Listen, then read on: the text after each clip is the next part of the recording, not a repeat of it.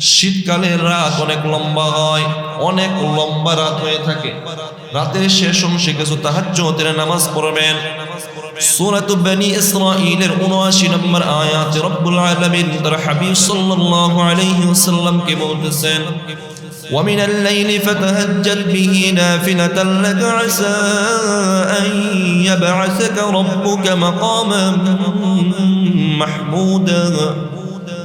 রব বলেন, وَمِنَ اللَّيْلِ فَتَهَجَّدْ بِهِ نَافِلَةً لَكَ, রাতের কিছু অংশে আপনি রবের জন্য অতিরিক্ত কিছু নামাজ পড়েন। এশার নামাজ পড়ে ফেলেছেন, এটা ফরজ ছিল, তারপরে কিছু অতিরিক্ত নামাজ পড়েন যেটা আপনার জন্য ফরজ। ওই নামাজটা হলো তাহাজ্জুদের নামাজ। কোন নামাজ? তাহাজ্জুদের নামাজ। রব্বুল আলামিন বলেন, আসা আন ইয়াবআসাকা রাব্বুকা মাকামান মাহমুদা, হতে পারে এর বিনিময়ে রব্বুল আলামিন আপনাকে মাকামে মাহমুদ, প্রশংসিত স্থানে বসাইবেন। এই 6টা আমল। 1 নাম্বার, কষ্টের সময় ভালো করে ওযু করব। 2 নাম্বার, তাহাজ্জুদের নামাজ পড়ব। 3 নাম্বার, 5 ওয়াক্ত নামাজি জামাতের সাথে আদায় করার চেষ্টা করব, বিশেষ করে ঈশা এবং ফজরের নামাজকে জামাতের সাথে আদায় করার চেষ্টা করব। 4 নাম্বার, শীতকালে যেহেতু দিন ছোট, নফল রোজাগুলো রাখার চেষ্টা করব। 5 নাম্বার, গরিব অসহায় মানুষদেরকে শীতের বস্ত্র দিয়ে সাহায্য সহযোগিতা করব। 6 নাম্বার, আমাদের যাদের অধীনস্থ লোক আছে ঘরে অথবা দোকানে অথবা আমাদের ব্যবসায়ী, যেখানে অধীনস্থ লোক আছে তাদের কাজের বোঝা হালকা করে দিব। আমরা যেন এই আমলগুলো করতে পারি, আল্লাহ তৌফিক দান করেন। মুআজ্জাজ মুকাররম সম্মানিত মুসল্লিয়ান কিরাম, প্রথমেই যে 6টা আমল জানবো সেটা হলো, আমরা শীতকালে 6টা আমল বেশি করতে পারি। যে 6টা আমল সংক্ষিপ্ত আকারে জেনে নিব। 1 নম্বর, নামাজ পড়তে হলে ওযুর দরকার আছে না নাই? এই যে জুমার জন্য আসছেন, গোসল করে আসছেন, ওযু করে আসছেন, এখন তো হয়তো একটু রোদ উঠছে সানিরে, কিন্তু ফজরের সময় তখন ওযু লাগে না? হ্যাঁ, কষ্ট কম হয় না বেশি হয়? হ্যাঁ। তারপরও মুমিনরা কষ্ট করে কার জন্যে? আল্লাহর দিকে তাকিয়ে কষ্ট করে, সে সহ্য করে। যেহেতু কষ্ট করে, শীতকালে মানুষের অঙ্গগুলো শুকিয়ে থাকে, শুষ্ক থাকে, ওযু করলে পানি শরীরের পূর্ণ পর্যন্ত পৌঁছায় না। আমরা এমনিই তো পানিকে ভয় পাই, তাড়াতাড়ি করে পানি ঢেলে দিই, বহিয়ে দিই, কিন্তু শীতে যেহেতু অঙ্গগুলো শুষ্ক শুষ্ক থাকে, পানি পৌঁছায় না, লোকের ভিতরে ডোলে একদম 4টা অঙ্গ যেগুলো ধৌত করা ফরজ, এগুলোকে ডোলে ধৌত করা ফরজ। আর এমনি তো নরমাল ওযু লাগবেই। তারপর আল্লাহর হাবিব সাল্লাল্লাহু আলাইহি ওয়াসাল্লাম ফরমান, এই শীতে যদি কেউ কষ্ট করে ওযু করে, কষ্ট করে ভালো করে ওযু করে, তার নখের ভিতরেও যদি কোনো গুনাহ থাকে, রব্বুল আলামিন সেই গুনাহ খাতাগুলো মাফ করে দিবেন। সহিহ মুসলিমের 251 নম্বর হাদিসের বর্ণনা। عن أبي هريرة رضي الله تعالى عنه قال قال رسول الله صلى الله عليه وآله وسلم إسباغ الوضوء على المكاره। محترم حاضرين আমার ভাই, আমি আপনাদেরকে শীতকালের 6টা এমন আমল বলছি যে আমলগুলো আমরা সাধারণত করে থাকি, তবে যদি একটু মনোযোগের সাথে করি তাহলে রব্বুল আলামিন আমাদেরকে অতিরিক্ত সওয়াব দান করবেন। 1 নাম্বার, আমরা সব সময় ওযু করে থাকি, শীতকালে কষ্টের সময় যদি একটু ভালো করে ওযু করি, অঙ্গগুলো ডলে ডলে ওযু করি, পায়ের কোন দিকে একটু ফাঁকা জায়গা আছে, শুকনো জায়গা আছে, সেগুলো যদি মলে ডলে ওযু পূর্ণ করি, আল্লাহর হাবিব সাল্লাল্লাহু আলাইহি ওয়াসাল্লাম ফরমান, কষ্টের সাথে এই ওযু করার কারণে নখের ভিতরেও যদি কোনো গুনাহ থাকে, রব্বুল আলামিন সেই গুনাহ খাতাগুলো মাফ করে দিবেন। নখের ভিতরে বোঝানো হয়েছে মানে উপর দিয়ে তো আমরা সবাই ধুই, তাহলে তো যত উপরটা ধোয়া হয়েছে মানে উপরের গুনাহ মাফ হয়ে গিয়েছে, তাহলে ভিতরেরটা কোনো বাকি রইল কিনা, সেই সংশয় দূর করার জন্য রব জানায়া দিলেন ভিতরের গুনাহগুলো রব্বুল আলামিন মাফ করে দিবেন। 1 নাম্বার, এক নাম্বার আমল হলো কষ্টের সাথে ওযু করা, পূর্ণ ওযু করা, যেন ওযুর কোনো অঙ্গ বাকি না থাকে। দুই নাম্বার, শীতকালের রাত অনেক লম্বা হয়, অনেক লম্বা রাত হয়ে থাকে, রাতের শেষ অংশে কিছু তাহাজ্জুদের নামাজ পড়বেন। সূরাত বনী ইসরাঈলের ৭৯ নম্বর আয়াতে রব্বুল আলামিন তার হাবিব সাল্লাল্লাহু আলাইহি ওয়াসাল্লামকে বলতেছেন, ومن الليل فتهجد به نافلة لك عسى أن يبعثك ربك مقاما محمودا رب বলেন ومن الليل فتهجد به نافلة لك, রাতের কিছু অংশে আপনি রবের জন্য অতিরিক্ত কিছু নামাজ পড়েন। এশার নামাজ পড়ে ফেলেছেন, এটা ফরজ ছিল, তারপরে কিছু অতিরিক্ত নামাজ পড়েন যেটা আপনার জন্য ফরজ। ওই নামাজটা হলো তাহাজ্জুদের নামাজ। কোন নামাজ? তাহাজ্জুদের নামাজ। রব্বুল আলামিন বলেন, আসা আন ইয়াবআসাকা রাব্বুকা মাকামান মাহমুদা, হতে পারে এর বিনিময়ে রব্বুল আলামিন আপনাকে মাকামে মাহমুদ, প্রশংসিত স্থানে বসাইবেন, আপনাকে প্রশংসিত স্থানে নিয়ে যাইবেন, এমন জায়গায় নিবেন। ও আমার ভাই, প্রশংসিত স্থান ওইটা কোন স্থান? আল্লাহর হাবিব সাল্লাল্লাহু আলাইহি ওয়াসাল্লাম ফরমান, কিয়ামতের দিন সমস্ত মানুষগুলো ইয়া নফসি করতে থাকবে, আল্লাহ আমার কি অবস্থা হবে, কি অবস্থা হবে। তখন রব্বুল আলামিন তার হাবিব সাল্লাল্লাহু আলাইহি ওয়াসাল্লামকে একটা সুপ্রিম পাওয়ার দিবেন, একটা পাওয়ার দিবেন, একটা সিংহাসনে বসিয়ে বলবেন, হাবিব আপনি সুপারিশ করেন। ইসআল ফাতুতি ওয়াসাল তুতি, হাবিব আপনি চান, আজকের দিনে আপনি যা চাইবেন আপনাকে তাই দেয়া হবে। নবী ওই দিন সুপারিশ করবেন তাহাজ্জুদের বিনিময়ে। বুজুর্গরা বলে থাকেন, কোন মানুষ যদি আল্লাহ ওয়ালা হতে চায় তাহলে তাহাজ্জুদের ছাড়া তার আল্লাহ ওয়ালা হওয়ার কোনো সুযোগ নাই। রাত যেহেতু অনেক লম্বা আছে, তাহলে রাতের শেষ অংশে কিছু তাহাজ্জুদ পড়ার দরকার আছে না নাই?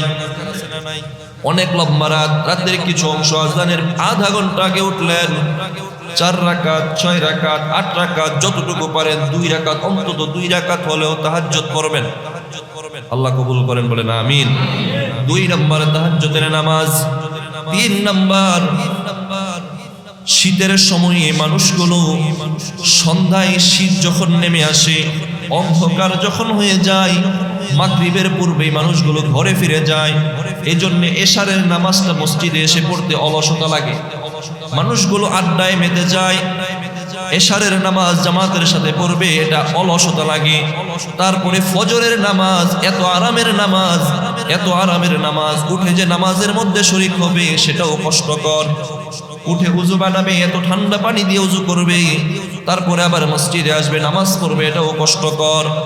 আল্লাহর হাবিব সাল্লাল্লাহু আলাইহি ওয়াসাল্লাম ফরমান, শীতের 3 নম্বর আমল হলো এশা এবং ফজরের নামাজটা। সবগুলো নামাজই, তবে বিশেষত এশা এবং ফজরের নামাজটা জামাতের সাথে আদায় করা। যদি এই 2টা নামাজ কেউ বিশেষভাবে জামাতের সাথে আদায় করে, সহিহ বুখারীর 573 নম্বর হাদিসের বর্ণনা, আল্লাহর হাবিব সাল্লাল্লাহু আলাইহি ওয়াসাল্লাম ফরমান, মান সাল্লাল বারদাইনি দাখালাল জান্নাহ, যে ব্যক্তি 2টা ঠান্ডার নামাজ পড়বে, এশারের সময় ঠান্ডার শুরুর সময়, রাতের শেষ সময়ে ঠান্ডার শেষ সময়, ফজরের সময়, এই 2টা নামাজ যেই ব্যক্তি জামাতের সাথে আদায় করবে, দাখালাল জান্নাহ, রব্বুল আলামিন তাকে জান্নাতে প্রবেশ করাইবেন। এই শীতের 3 নম্বর আমল হলো নামাজগুলো জামাতের সাথে আদায় করা। 4 নম্বর, শীতের বেলা দিনগুলো যেহেতু ছোট ছোট থাকে, দিন ছোট, কখন ভোর হয় কখন আবার সন্ধ্যা হয়ে যায়, যেহেতু দিন ছোট আছে এই জন্য দিনের বেলা রোজা রাখা, এটা এই শীতের 4 নম্বর আমল। সহিহুল জামিউর 3868 নম্বর হাদিসের বর্ণনা, عن عبد الله بن مسعود رضي الله تعالى عنه قال قال رسول الله صلى الله عليه وآله وسلم الصوم في الشتاء الغنيمة الباردة আল্লাহর হাবিব সাল্লাল্লাহু আলাইহি ওয়াসাল্লাম ফরমান, শীতকালে রোজা রাখা এটা গনিমতের মাল পাওয়ার মতো। গনিমতের সম্পদ মানুষ কষ্ট ছাড়াই অর্জিত হয়। একটা দেশ বিজিত হয়েছে, একটা কাফেলার বিরুদ্ধে আপনি জয়লাভ করেছেন, ওই জায়গায় যা আছে সব আপনার। কষ্ট হয়েছে? কোনো কষ্ট হয় নাই, কিনতে হয় নাই, অর্থ করির দরকার হয় নাই, সবকিছু আপনি পেয়ে গিয়েছেন। আল্লাহর হাবিব সাল্লাল্লাহু আলাইহি ওয়াসাল্লাম ফরমান, শীতকালে যেই ব্যক্তিটা রোজা রাখবে, শীতের এই রোজাটা হলো গনিমতের রোজার মতো, গনিমতের মালের মতো। আমার ভাই একটু খেয়াল করে দেখি, রমজান চলে গিয়েছে কত মাস আগে, কত মাস হয়েছে, আজ পর্যন্ত হতে পারে একটা রোজাও আমি রাখি নাই, একটা নফল রোজাও রাখি নাই। হতে পারে সেটা এমন ভাইও আছে, এমন মা বোনেরাও হয়তো আছেন, তাদের কাজা রোজাগুলো এখনো বাকি আছে। কাজা রোজা হয় না কিছু, হয়তো সেগুলো বাকি রয়েছে, অলসতার কারণে সুযোগ হয় না। আমার ভাই রাসূল উদ্বুদ্ধ করতেছেন, তুমি নফল রোজা রাখো, আর আমার ফরজটাই বাকি রয়েছে। এমন যেন না হয়, নফলের প্রতিও উদ্বুদ্ধ হব। শীতকালের 4 নম্বর আমল হলো, দিন যেহেতু ছোট আছে, দিনের বেলা বেশি বেশি নফল রোজা রাখবো যত পারি। চাইলে একদিন পর পর গ্যাপ দিয়ে রাখবো, অথবা এত লম্বা পারি না, একদিন পর পর কষ্ট হয়ে যাচ্ছে, সোমবার আর বৃহস্পতিবার রাসূল রাখতেন সেটা রাখবো। যদি প্রতি সপ্তাহে সোমবার বৃহস্পতিবার, আমরা বৃহস্পতিবার বাজারে দিন রাখতে কষ্ট হচ্ছে, হ্যাঁ, তাহলে মাসে অন্তত আইয়ামে বীজের 13, 14, 15 এই 3টা রোজা রাখবো। আমরা যেন রাখতে পারি, আল্লাহ তৌফিক দান করেন। আমার ভাই, এই শীতের 4 নম্বর আমল হলো নফল রোজা রাখা। 5 নম্বর আমল হলো গরিব অসহায় যাদের শীত বস্ত্র নাই, অসহায় মানুষ, দরিদ্র মানুষ, তাদেরকে শীত বস্ত্র দিয়ে সাহায্য সহযোগিতা করা। এমনও দেখা যায়, আমার কয়েকটা পাঞ্জাবি আছে, কয়েকটা শীতের কাপড় আছে, আমার কয়েকটা ল্যাপ তোষক আলমারির ভিতরে সাজানো আছে, যেটা কখনোই পরি না, আমার জীবনে আমি পরে যেতে পারবো কিনা এমন গ্যারান্টিও নাই। কিন্তু একজন অসহায় মানুষ রাস্তায় থাকে, দরিদ্র মানুষ, তার ঘরে পরার মতো, শীতটা পোহানোর মতো এমন উপযুক্ত পর্যাপ্ত কাপড় নাই, এমন আছে না নাই? এমন আমাদের সমাজে অনেক আছে। আমার ভাই, এই গরিব অসহায় মানুষদেরকে শীতের কাপড় দিয়ে, অন্ন দিয়ে, বস্ত্র দিয়ে সাহায্য সহযোগিতা করা। রব্বুল আলামিন সূরাতুল মাইদার 2 নম্বর আয়াতে বলেন, তাআওয়ানু আলাল বিররি ওয়াত তাকওয়া, তোমরা নেক এবং ইনসাফের কাজে একে অপরকে সাহায্য করো। একজন দরিদ্র মানুষদেরকে যদি সাহায্য করি, এটা নেকির কাজ না গুনাহের কাজ? ভালো কাজ, নেকির কাজ। এজন্য আজকে যাকে পাইবেন, ব্যক্তিগতভাবেও যদি একটা পোশাক দেওয়ার থাকে তাহলে দিবেন, পারলে নতুন একটা কিনে দিবেন।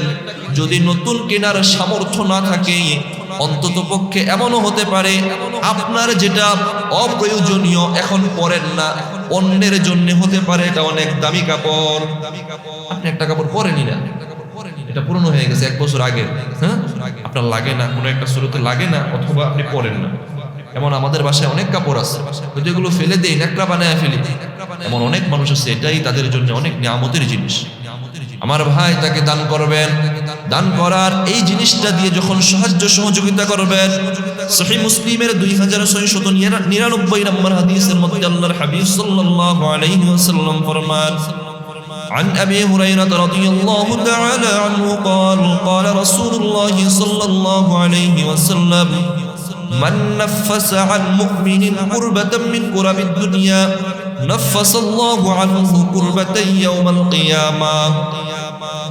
আল্লাহর হাবিব সাল্লাল্লাহু আলাইহি ওয়াসাল্লাম ফরমান, দুনিয়াতে যেই ব্যক্তি অপর কোন মুসলমানের দুনিয়ার কোন কষ্ট দূর করে দিবে, দুনিয়ার কোন কষ্ট যখন আপনি কোন মুমিনের দূর করে দিবেন, রব্বুল আলামিন কিয়ামতের দিনের ওই কষ্ট আপনার থেকে দূর করে দিবেন। আপনি দুনিয়াতে মানুষের কষ্ট দূর করছেন, রব আপনার কিয়ামতের দিনের কষ্ট, যেদিন আল্লাহ ছাড়া কেউ কষ্ট দূর করবার থাকবে, শুধুমাত্র আল্লাহই কষ্ট দূর করতে পারবেন, অপর কেউ পারবে না, ওই দিন আল্লাহ আপনার কষ্ট দূর করে দিবেন। তাহলে এই জন্য মানুষের যাদের কষ্ট হচ্ছে, শীত কাপড়ের কারণে, কম্বলের কারণে ঘুমাতে পারছে না, তাদেরকে আপনার কিছু কাপড়, কিছু কম্বল দিয়ে সাহায্য সহযোগিতা করবেন। এই গেল 5 নম্বর।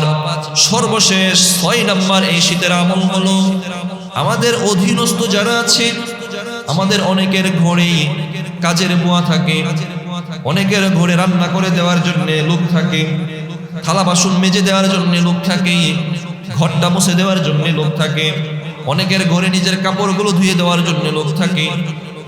আল্লাহর হাবিব সাল্লাল্লাহু আলাইহি ওয়াসাল্লাম ফরমান, তোমার যে অধীনস্থ লোক আছে তোমার অধীনস্থ লোকদের কাজের বোঝা হালকা করে দাও, তাদের কাজের বোঝা হালকা করে দাও।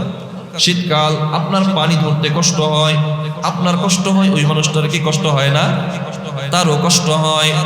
সহিহ বুখারীর 30 নম্বর হাদিসের বর্ণনা عن أبي هريرة رضي الله تعالى عنه قال قال رسول الله صلى الله عليه وآله وسلم إخوانكم خوانكم আল্লাহর হাবিব সাল্লাল্লাহু আলাইহি ওয়াসাল্লাম ফরমান, তোমাদের অধীনস্থ যারা আছে, তোমাদের কর্মচারী যারা আছে, তোমাদের ঘরে যারা তোমাদের অধীনস্থ কাজ করে তারা তোমাদের ভাই। আপনার দোকানে একজন কর্মচারী, ও আপনার ভাই নাকি আপনার কর্মচারী? হ্যাঁ, গোলাম নাকি? ও আপনার ভাই। রাসূল বলেছেন গোলামের উপর, কর্মচারীর উপর সৎ ব্যবহার করো। ইখওয়ানুকুম খাওয়ালুকুম, তোমার অধীনস্থ তোমার ভাই। ফাইন তুতইমুহু লা তাকুলু মা তাকুলু, তুমি যা খাও তাকে তা খাওয়াও, তুমি যা পরো তাকে তা পরাও। ওয়ালা তুকাল্লিফুহুম মা ইয়াগলিবুহুম, তার উপর কষ্ট হবে এমন কোন কাজ তুমি তার উপর চাপিয়ে দিও না, তার কষ্ট হবে এমন কাজ চাপিয়ে দিও না।